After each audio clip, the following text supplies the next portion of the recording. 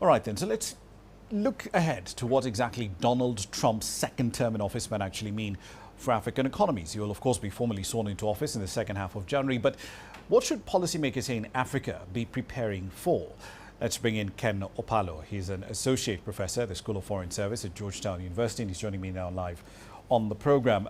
Professor Opalo, thank you very much for your time this evening. So I want to start with Project 2025, because at least that gives us a sort of written record of what Mr. Trump wants to put into office. Assuming some of those ideas do make it into policy, you argue that the focus on growth and trade and the need to build a coalition of focused countries could be a net positive for economies here in Africa. Walk us through your arguments for that.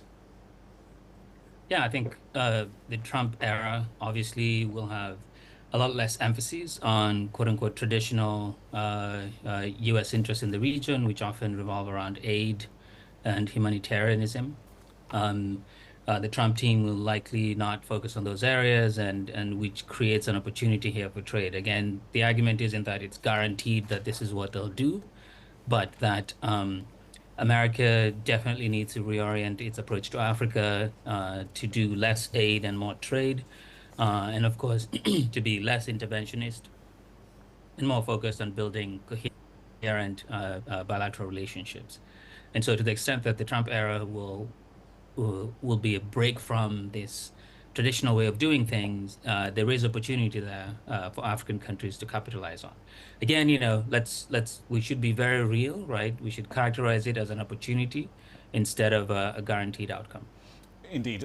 With respect to South Africa specifically, because their relationship with the United States has become especially interesting, shall we say, between the nexus of AGOA on one hand and South Africa's case against Israel at the ICJ. This is a country that exported goods worth around $15 billion into the American market in 2022. How should the ANC and the DA be thinking about preparing for the potential loss of AGOA export privileges? Yeah, I mean, I think the South Africa in general needs to worry about U.S.-South Africa relations because Congress will likely be a lot more hawkish in its approach to anyone who wants to be a core member of BRICS, and of course, who's opposed to a U.S. ally like Israel. And so to the extent that South Africa has been a prominent player here, there's need for Pretoria to actively mend fences and be on the good graces of the U.S. And here, I think South Africa would be better served by focusing on Congress. I think, again, the Trump White House will not have that deep of an expertise on Africa or interest, quite frankly. But Congress might be more amenable to South African sort of lobbying to make sure that U.S.-South African relations stay strong. I should also add that, a good chunk of South African exports to the U.S. don't go through AGOA, so that might also perhaps influence the extent to which either side is willing to have the AGOA fight. So, I think the bigger problem for South Africa will be to manage Congress. If they manage Congress well, the White House, I think, will play along. Because at the moment, there really isn't a sort of focused lobbying effort, at least, not by specific African countries, in the same way that, for example, you'd have countries in the Middle East that take a very serious lobbying strategy and a lobbying approach on Capitol Hill. But we rarely ever see something comparable by the big hegemons in Africa, Nigeria, South Africa, and Egypt. Absolutely, yeah. I think too often African countries tend to externalize their own personalist and deinstitutionalized approach to politics, where the belief is that if you get the president on your side, you'll get whatever you want.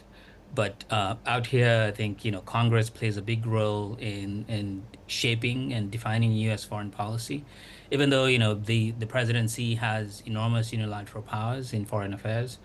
Congress can be a good institution in which to anchor those relationships.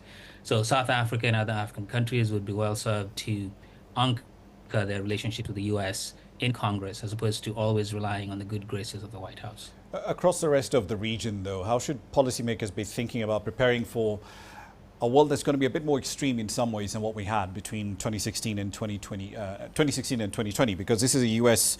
administration that will likely be a lot more withdrawn, relatively speaking, from global affairs, and that will, at least, taking Trump at his word, he's going to be slapping tariffs, left and right, 10% on anything coming into the United States, 60% on anything coming in from China, 25% on anything coming in from Mexico. Are there specific ways in which, for the sake of argument, some of these economies might be hit by secondary blowback?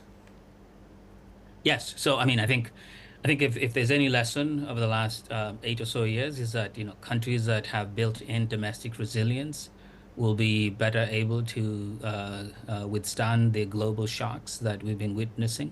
And the same goes for the next 4 years. I think African countries would be best served to build their domestic resilience. This means, not always expecting foreign investors to be the saviors of the economies, but instead building their own domestic industries and anchoring any foreign investments in the domestic sectors. It means not being geopolitically naive so that they're well prepared to engage the coming more tumultuous global environment.